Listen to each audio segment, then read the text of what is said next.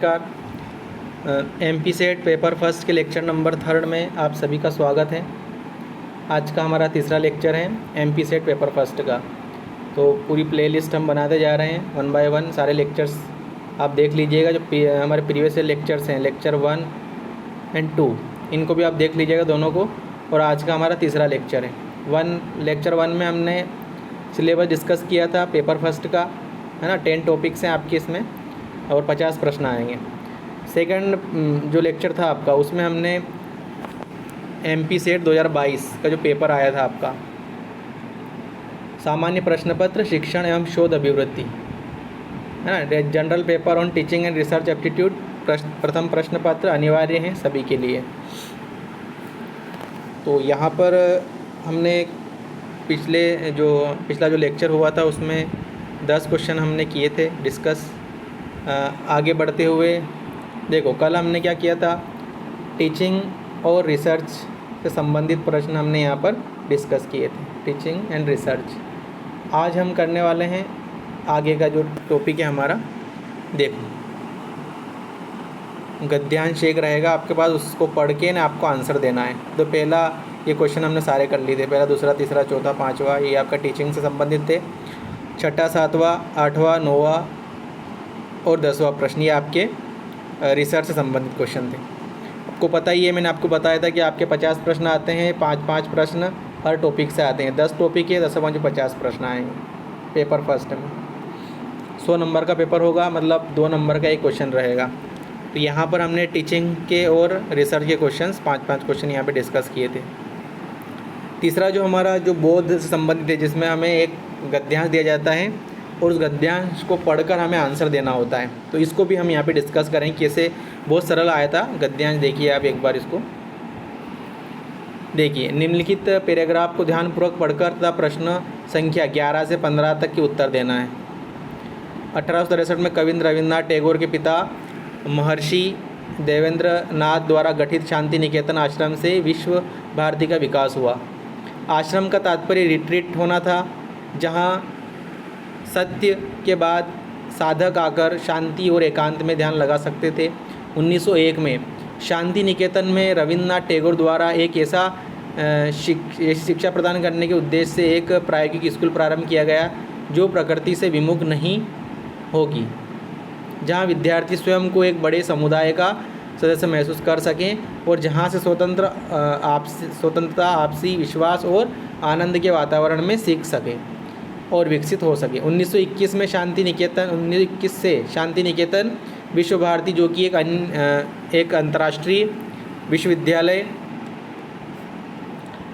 के रूप में एक आधार विकसित करने का प्रयास कर रहा है, जहां पर भारत और पाश्चात्य देशों मतलब पूर्व और पश्चिम की संस्कृतियाँ एक स्थान पर मिल सकती हैं। तो ये पैराग्राफ हमें वहाँ पर ध्यानपूर्वक पढ़ना है और उसके बाद उन प्रश्नों को उत्तर देना है जो हमें पूछे जाएंगे। अब 11 से 15 नंबर के जो क्वेश्चन हैं उनके आंसर हमें देना है। तो अगर आप अच्छे से पढ़ेंगे इसको तो डेफिनेटली आप 5 में से 5 प्रश्न सही कर दोगे। बहुत सरल था, है ना। देखिए यहाँ पर इंग्लिश मीडियम वाले भी देख लेना, आप पढ़ लेना इसको। Read the following paragraph carefully and answer question numbers 11 to 15, ये आप पढ़ लीजिएगा इसको। अब देखिए क्वेश्चन हम देखते हैं। शांति निकेतन आश्रम किसके द्वारा स्थापित किया गया था? तो अगर आपने ये पढ़ा है तो हम कह सकते हैं महर्षि देवेंद्र नाथ द्वारा। शांति निकेतन आश्रम किसके द्वारा स्थापित किया गया था? Maharshi Devendra Nath, according to this unseen passage. देखिए, है ना, ये पैसेज के द्वारा, सॉरी ये पैराग्राफ दे रखा है और इसके थ्रू हमने 11 का आपका क्या हो जाएगा, सी आंसर करेक्ट हो जाएगा। नेक्स्ट क्वेश्चन है आश्रम का उद्देश्य क्या था? तो यहाँ पर जब हम अब इसको पढ़ेंगे तो आश्रम का उद्देश्य क्या था? शांति और एकांत में ध्यान करना। 12 का डी करेक्ट हो जाएगा। नेक्स्ट क्वेश्चन है आपका क्वेश्चन नंबर 13। प्रयोगात्मक विद्यालय किस उद्देश्य से प्रारंभ किया गया था? पैराग्राफ को हमने पढ़ा तो हम बता सकते हैं। तो 13 का आपका बी हो जाएगा, ऐसी शिक्षा देना जो प्रकृति से अलग न हो। ये 13 का बी करेक्ट हो जाएगा अकॉर्डिंग टू पैसेज। गद्यांश जो दे रखा है उसके अकॉर्डिंग हम चल रहे हैं। क्वेश्चन नंबर 11 से 15 तक विश्व भारती हैं विश्व भारती क्या है, अभी हमने पढ़ा। 14 का आपका ए हो जाएगा, एक अंतर्राष्ट्रीय विश्वविद्यालय। 14 का ए करेक्ट हो जाएगा। नेक्स्ट क्वेश्चन है, प्रकृति से विमुख से आप क्या समझते हैं? प्रकृति से विमुख होना उसे क्या कहेंगे? तो 15 का विमुख होना मतलब प्रकृति से अलग। 15 का आपका बी करेक्ट हो जाएगा। तो ये क्वेश्चन थे आपके पैसेज के। एक बोध के अंतर्गत हमें एक पैसेज दिया जाएगा गद्यांश, जिसको पढ़कर हमें जो क्वेश्चन पूछे जाएंगे उनके आंसर देना था। तो ये हमने 5 क्वेश्चन इससे किए। अब हमारे पास आता है कम्युनिकेशंस में संचार से संबंधित क्वेश्चन हैं। तो यहाँ पर देखिए आप, कम्युनिकेशन के संप्रेषण जिसे बोलते हैं हिंदी में, देखिए क्वेश्चन नंबर 16, संचार नेटवर्क में सर्कल नेटवर्क अनुमति देता है। संचार नेटवर्क में सर्कल नेटवर्क अनुमति देता है। In communication networks the circle networks allowed, क्या अनुमति देता है ये बताना है। तो 16 का आपका बी करेक्ट हो जाएगा। प्रत्येक सदस्य को अपने बाएं या दाएं बैठे व्यक्ति से बात करनी है और आगे नहीं। केवल अपने बाएं और दाएं बैठे व्यक्ति से बात करनी है और आगे नहीं। संचार नेटवर्क में सर्कल नेटवर्क अनुमति देता है। तो 16 का आपका बी यहाँ पर करेक्ट हो जाएगा। ये आपके कम्युनिकेशन मतलब संप्रेषण के क्वेश्चन है ना। देखिए नेक्स्ट क्वेश्चन है, ग्रेपवाइन संचार में शामिल नहीं है। क्या शामिल नहीं है? श्रृंखला प्रणाली, क्लस्टर, गॉसिप प्रणाली या मेटा संचार। Grapevine communication does not include.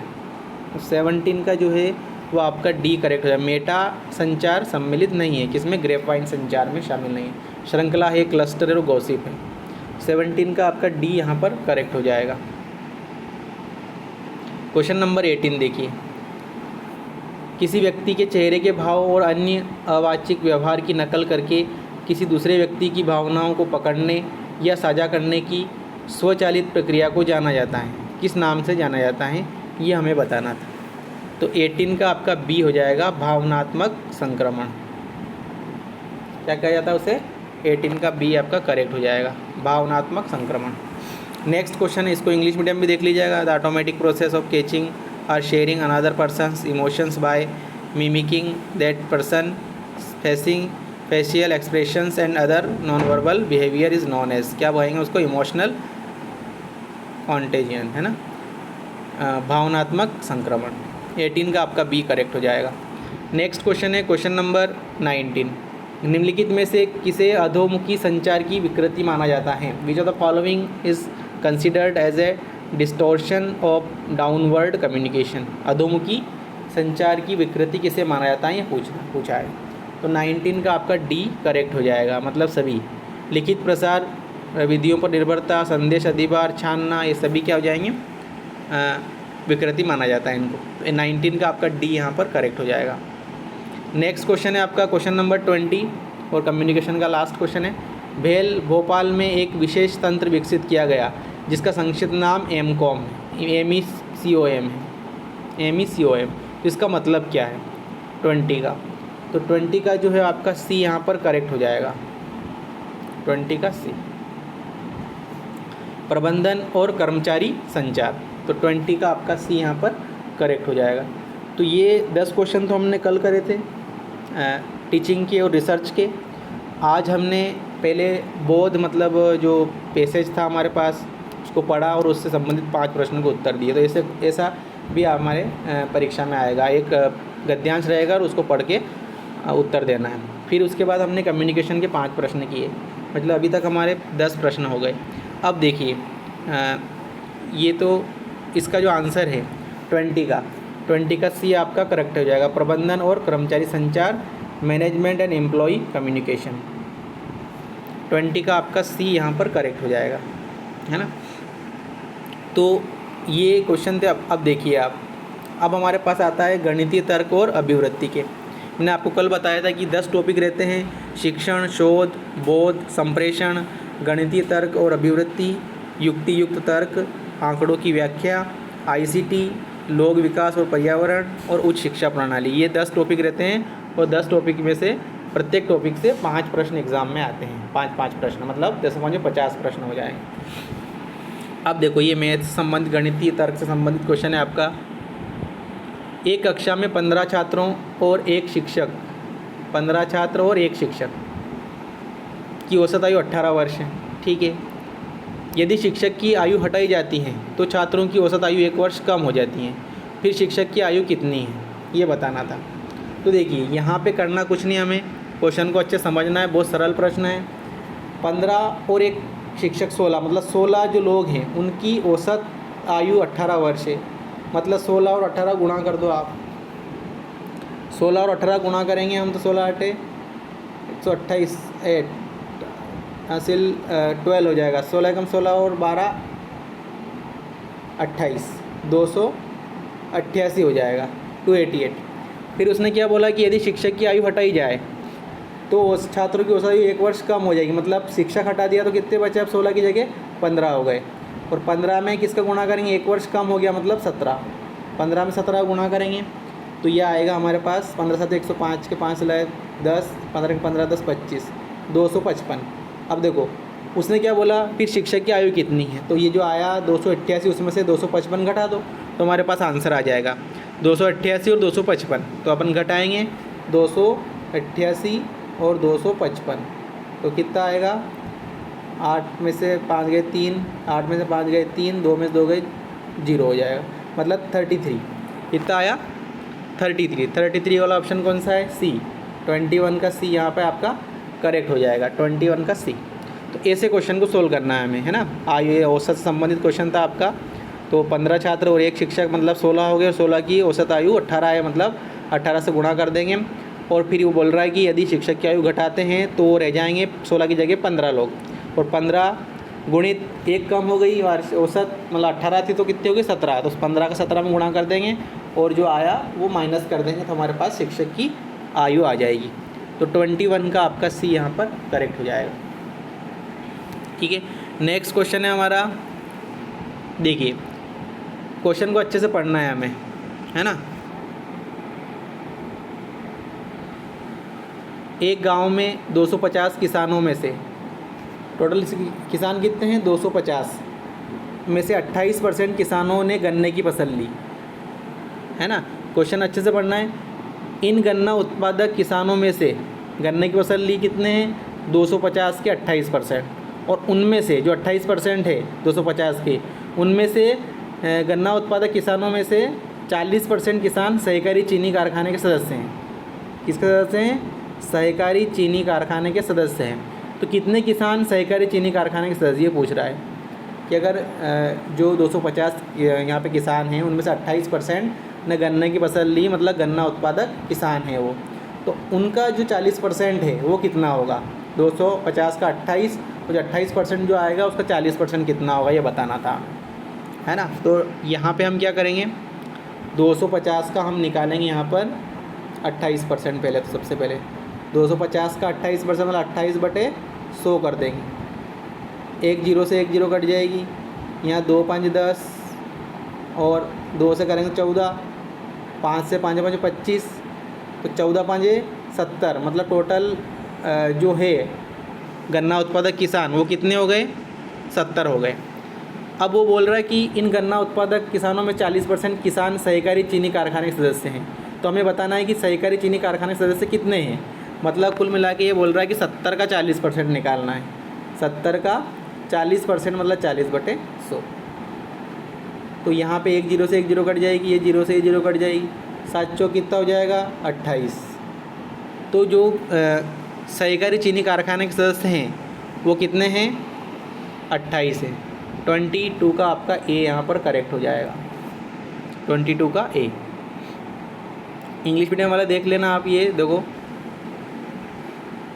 22 का आपका ए यहाँ पर करेक्ट हो गया, है ना। अब देखिए, in a village out of 250 farmers 28 of them have taken a crop of sugar केन।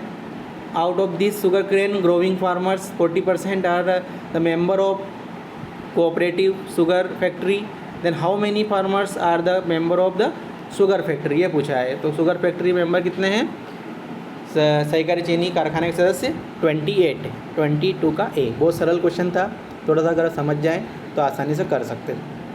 22 का आपका ए यहाँ पर करेक्ट हो जाएगा। है ना। नेक्स्ट क्वेश्चन है आपका क्वेश्चन नंबर 23। अब देखो इसको समझना है हमें थोड़ा। रीजनिंग का क्वेश्चन है। सांकेतिक भाषा में बीना को BINA शब्द को 310152 लिखा जाता है, तो उसी भाषा में दिल्ली को DLHI को किस प्रकार लिखा जाएगा, ये हमें बताना था, है ना। 23। तो देखो यहाँ पे हमें दे रखा है BINA, है ना। BINA हम जानते हैं क्या, बी मतलब कितने नंबर पर आता है ABCD में। हमें ABCD के सारे अपने डिजिट याद होना चाहिए कि A कितने नंबर है, B कितने नंबर पे आता है। तो B आता है 2 नंबर पे, I मतलब 9 मतलब 9 नंबर पे, N मतलब 14 नंबर पे, और A मतलब 1 नंबर, है ना। तो यहाँ पे हमें क्या करना है, देखो अब 310152 310152, ठीक है। 310152 लिखा। देखो सॉरी एक बार लिख देता हूँ। B मतलब 2, I मतलब 9, N मतलब 14 और A मतलब 1। तो इसको लिखा हमने 310152। मतलब देखो 2 की जगह 3 हो गया, 9 की जगह 10 हो गया, एक ऐसा कैसा ही, 4 की जगह 5 और 1 की जगह 2, मतलब एक एक बढ़ा के लिख दिया, और बीच वाला जो है उसको सेम लिख दिया हमने, 1 का 1 ही रह गया।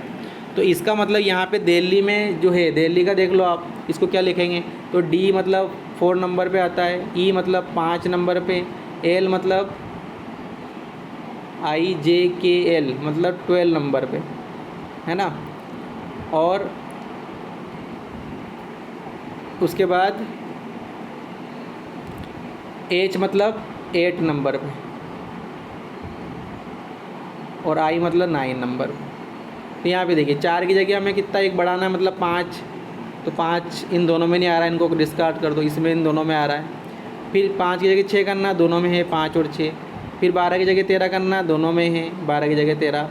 फिर 8 की जगह हमें 9 करना है ना, तो 9, है ना। एक ऐसा ही है, और 2 की जगह 3, सॉरी, है ना। 4 की जगह 5, 5 की जगह 6, एक ऐसा कैसा ही, है ना। फिर 2 की जगह 3, 8 की जगह 9 और 9 की जगह 10, मतलब 56 13 910, 56 13 910, ये वाला करेक्ट हो जाएगा। 23 का आपका D यहाँ पर करेक्ट हो जाएगा, है ना। नेक्स्ट क्वेश्चन है 23 का D। देखिए क्वेश्चन नंबर 24। एक शहर में कार्यरत और बेरोजगार लोगों का अनुपात 3:2 है ना। मतलब कार्यरत 3 के अनुपात में और बेरोजगार 2 के अनुपात में। अगर शहर में 750 व्यक्ति हैं तो फिर शहर में कितने बेरोजगार हैं। तो सबसे पहले तो हमें आंकड़ा निकालना पड़ेगा अलग अलग। तो 750 1 यूनिट का आंकड़ा निकालना हमें। 750 अपॉन में कितना करेंगे हम, ये कितना है टोटल, 3 और 2 5, 5 से भाग दे देंगे तो 1 यूनिट आ जाएगी हमारे पास, मतलब 15 5 75, 150। अब उसने क्या बोला, बेरोजगार कितने, बेरोजगार मतलब 2 का अनुपात, 150 का 2 में गुणा कर देंगे तो 150 गुणित 2 मतलब कितना हो जाएगा 300। 300 कौन सा है, ये वाला B वाला।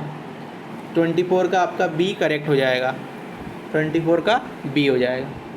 इस तरह से क्वेश्चन को सोल्व करते हैं। इंग्लिश मीडियम में देखते जाइएगा आप। In a town the ratio of employed and unemployed person is 3:2। If there are 750 persons in the town, how many persons are unemployed, ये बताना था। तो 300 जो है वो अनएम्प्लॉयड मतलब बेरोजगार है। 24 का आपका B करेक्ट हो जाएगा। आज के लिए हम नेक्स्ट और लास्ट क्वेश्चन लेते हैं रीजनिंग का। निम्नलिखित में कौन सा नीचे दी गई श्रृंखला को पूरा करेगा, GEF KIJ रिक्त स्थान SQR। तो हमें यहाँ थोड़ा समझना है। देखो सबसे पहले हमें क्या करना है यहाँ पर,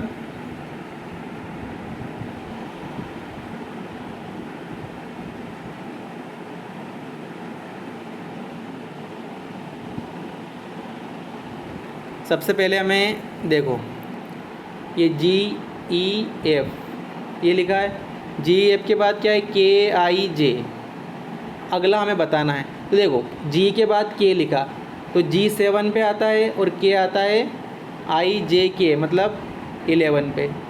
फिर ई मतलब 5 नंबर पे आता है और जे आता है आई जे मतलब 10 नंबर पे, सॉरी है ना। ई मतलब 5 और ये कितना हो जाएगा,